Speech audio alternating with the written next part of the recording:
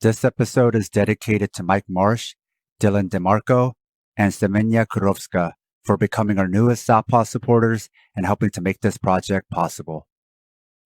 This is Sam. This is Paul. And this is Fight Study.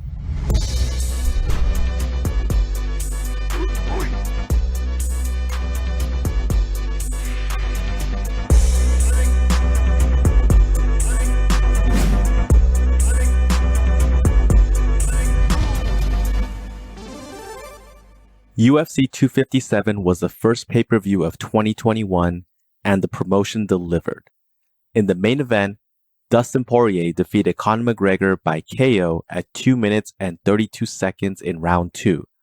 In the co-main event, UFC newcomer and former Bellator lightweight champion Michael Chandler TKO'd Dan Hooker at 2 minutes and 30 seconds in round 1. It's hard to top the masterpiece that was Max Holloway versus Calvin Kattar on last week's UFC, but the four lightweights tried their hardest.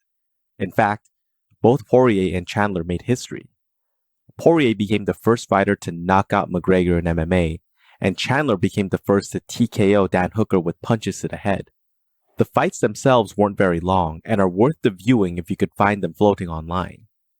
In the main event, Poirier evened the score and picked up a win over McGregor. As soon as the fight started, McGregor pulled off a similar game plan from his Cerrone matchup and led with his left straight. The attack didn't seem to surprise Poirier, who returned fire with an inside low kick of his own. Poirier began to throw more kicks when he realized McGregor wasn't checking them properly. Like the great Fedor Emelianenko before him, Poirier then led with an overhand from his rear side and went straight for a takedown. This was used repeatedly to take down Antonio Rodrigo Nogueira back in the Pride FC days, and it's good to see that it's still an effective technique. Early on, McGregor's ability to get back up to his feet remains high, and he was able to wall walk and frame Poirier and return to the clinch. The shoulder strikes that did wonders against Cerrone showed up again when both fighters utilized them to varying degrees of success. So far, there's been more grappling in the McGregor-Poirier rematch than the first fight, and it's clearly by design. Poirier is no longer the hothead brawler who swings hooks. He'll use the clinch and time his takedowns to keep his opponents on edge. When it came to pure punching exchanges, McGregor had his moments. Sharp jabs and quick straights found their mark repeatedly, and Poirier got caught clean with several of them. Towards the end of the first round, it was clear that McGregor was the better fighter at range, more than doubling Poirier's number of significant strikes. It's easy to score the first round for the Irishman, but the end was just around the corner. In the second round, McGregor seemed to have slowed down a bit, not so much because he was gassed, but the low and calf kicks hampered his movements. Poirier threw an outside low kick in the first 10 seconds of the second round, and it buckled the lead leg of McGregor, causing him to stumble a bit. That seemed to be the story of the fight, McGregor finding success with his hands, while Poirier kept landing leg kicks. When Poirier did have success with punches, it was when he changed levels first to draw out McGregor's reaction and then unloaded with punches. McGregor used to be able to read these movements better by keeping his lead hand out and on his opponent's shoulders, feeling out the changes in their weight and pressure to sense when a takedown was coming or if they were getting ready to retreat. This time around, none of that was present. McGregor kept his hands closer to his jaw at all times, like a boxer anticipating punches to his head. This led him to being less prepared for attacks to his legs and chasing Poirier instead of pressuring him. While he did extend his hands to parry, it was with his rear hand. This can be done successfully. Israel Adesanya and Alexander Volkanovski constantly use their rear hands to parry and counter with jabs. The only difference is that they mix in low kicks of their own to keep their opponents off balance and preoccupied so they don't see the jab coming. McGregor didn't do much of that and got leg kicked by Poirier instead. If anyone had any doubts about how effective the low and calf kicks are, hopefully this fight erases any. There's no one perfect technique, but constantly kicking out the legs keeps opponents from setting up their base, and over time they're unable to put any weight on their lead leg. McGregor was no longer the fluid striker that can glide out of danger. He was a sitting duck whenever Poirier charged in, and reduced to swinging first instead of leading properly with the jab. This lack of mobility spelled the end for McGregor. Poirier faked a level change before landing with the right hand, a punch he was finding success with later in the fight. Poirier knew that McGregor couldn't properly defend and poured on with combination punches. This overwhelmed McGregor and finished him against the fence. The emphatic finish was by far the best of his career.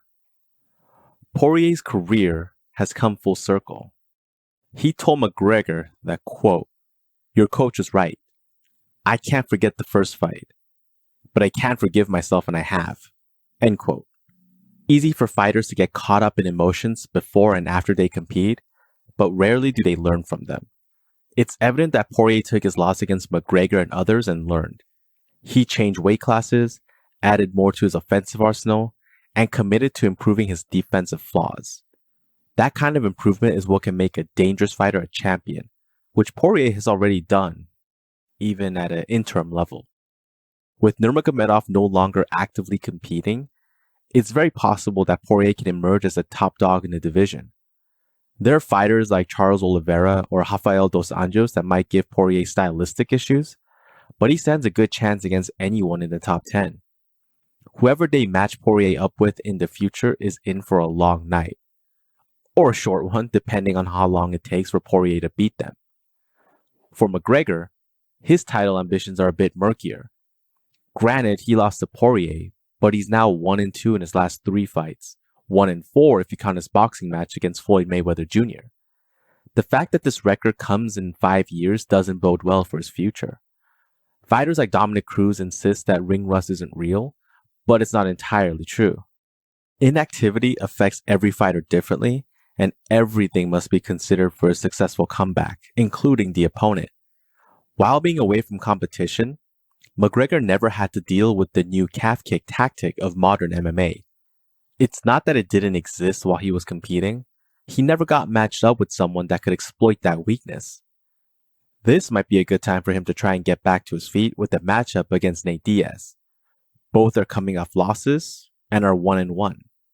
It's a story that writes itself since both have rabid followings and the matchup doesn't tie up anyone in the top 5 of the division. It would be surprising if the UFC wasn't already actively looking into this fight.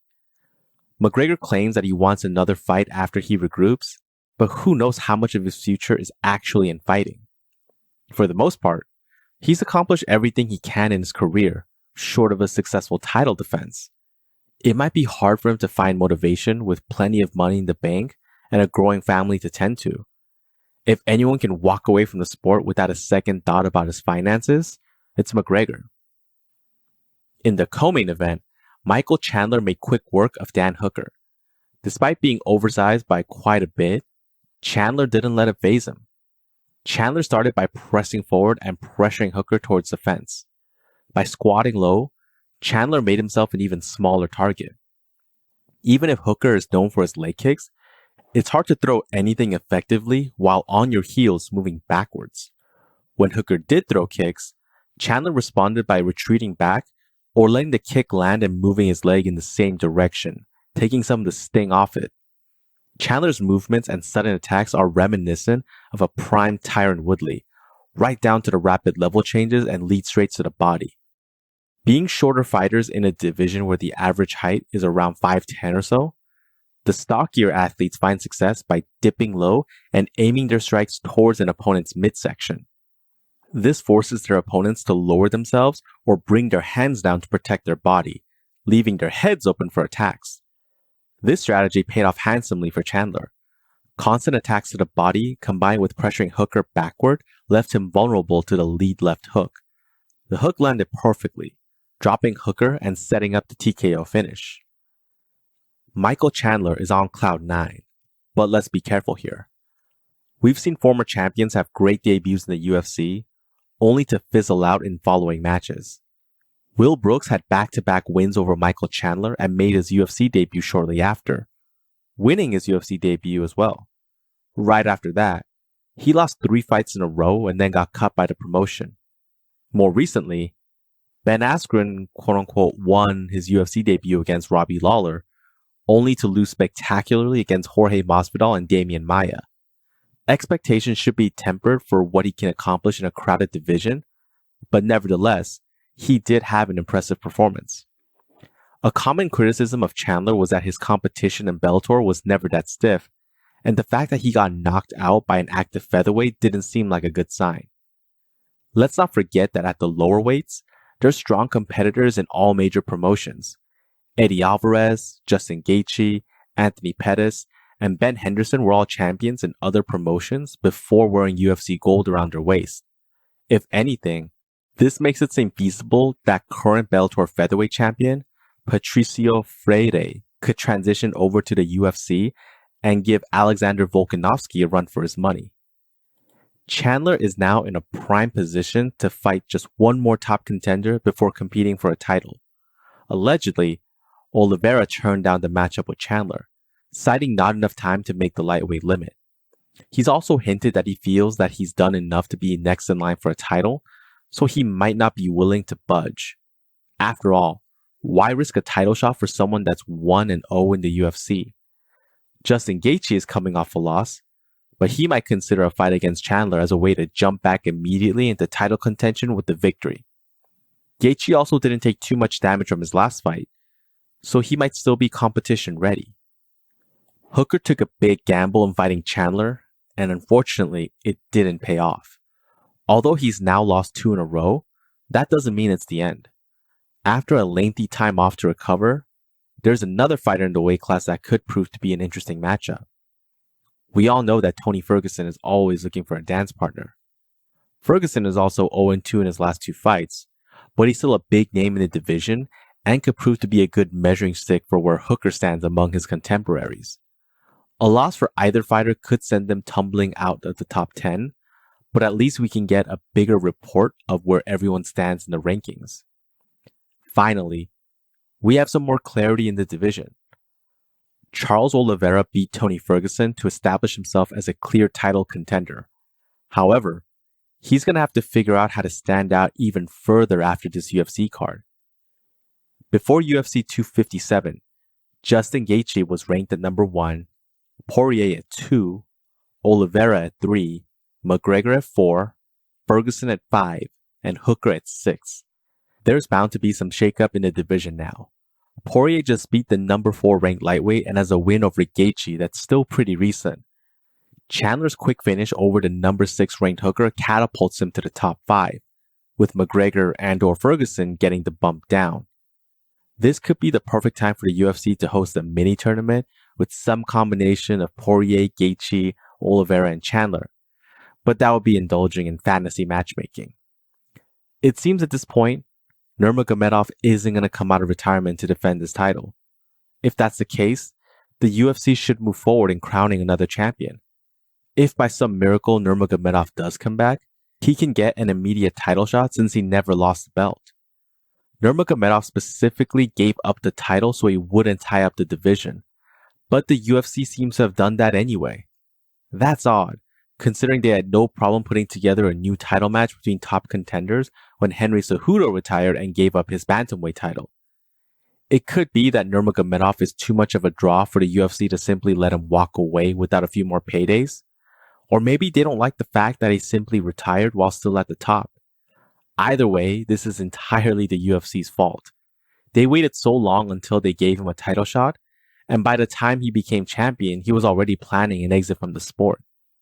If the UFC keeps up their game with the lightweights, we might be stuck in this mess for quite some time. For the sake of all the fighters, let's hope we see a new champion before 2022 starts. Now that's the show. If you enjoyed this episode and find this type of independent media worthwhile, please consider supporting the show on Patreon. We have a lot more episodes like this one in the works, but need your financial support to keep the show running. Even a few dollars a month goes a long way. No one does what we do, and it's all being funded by you, the listener. In return for supporting us, you'll gain access to lots of bonus content along with our private Discord chat. Even if you can't support us, there's a lot of free bonus content there as well. We also have an online store if you want to show your Southpaw solidarity by wearing our swag. You can find all pertinent links at southpawpod.com. And if you can't afford to support the show and still want to help, please leave us a 5-star review wherever you listen. This makes it easier for others to find us. And don't forget to share your favorite episodes or the podcast itself on social media. Tell your friends. Until next time, goodbye. Southpaw. Hitting with the left. Southpaw. Sam. Paul. Southpaw. Southpaw.